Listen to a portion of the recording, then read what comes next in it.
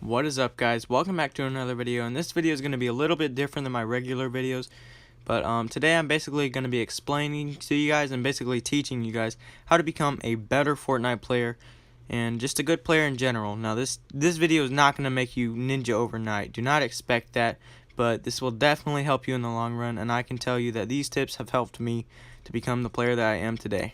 Now the first thing I want to get into is going into Playground and practicing building/editing, because I know that this tip is like overused and stuff, but it really does help you out in the long run, because I can guarantee you that if you practice stuff that you didn't even know you could do, like, you will be an insane builder before you know it. I'm not going to say it's going to be overnight, because a lot of times it's not the case, but it will definitely help you out quicker than you might expect.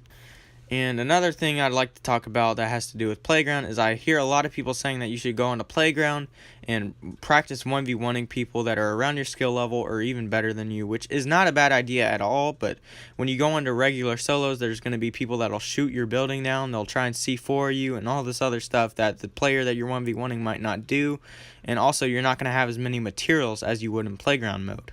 Another thing I'd like to talk about is just material management, because I do see a lot of players that overbuild and it ends up hurting them more than it does help them. So I tend to see a lot of players that'll overbuild and end up using all of their materials up in a matter of seconds. As you can see here, I'm using the natural high ground of the little ledge there, and I only end up spending about 40 materials on this little wall ramp thing I started building here, and I didn't even build floors in front of it because I wanted to save my materials. It's always a good idea to keep your eye on the materials more than it is a good idea to keep your eye on the kill sometimes. So I go up and I get the kill. I end up getting some materials here, as you can see, and I end up using this natural high ground again, and it ends up being really clutch this game. So make sure you stay tuned for that.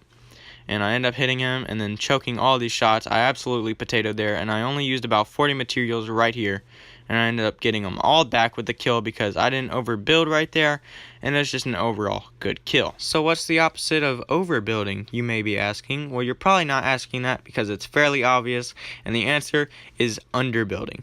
Now I see a lot of players underbuilding, and it really hurts them in build fights because they have the necessary materials, but they just will not build to save their lives because maybe they're coming off of other third-person games or other shooter games that don't have the build mechanic that Fortnite does. So a lot of times they'll farm up and everything, but they just won't get the reflex down to build.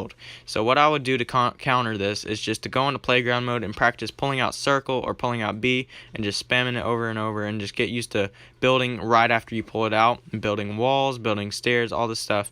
Just get used to it and it'll help you out in the long run, I promise you that. So another thing I'd like to talk about is just getting sensitivity that you're used to, that you're comfortable with, and that you can still build and aim at the same time.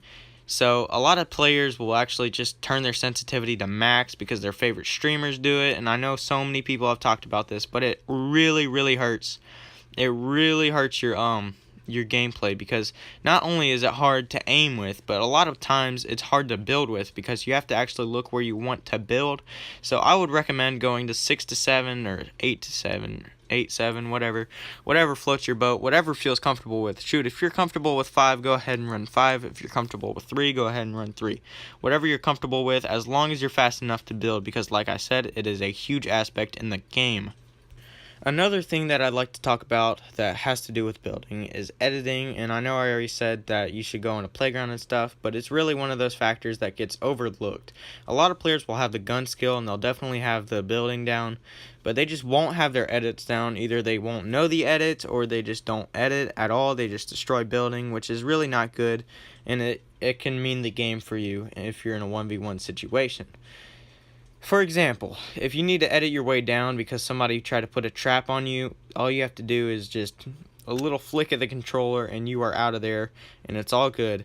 But if you don't know how to edit, you are pretty much dead out there, especially if someone builds out of brick or metal, because you can't destroy that with any gun quick enough to get out of there before the trap goes off. So like I said, just go into Playground, practice those edits, get them all down and stuff, and I'll check in on you in a week. Another thing I'd like to talk about is just positioning, and I know a lot of people have talked about this once again, but it really is a helpful tip.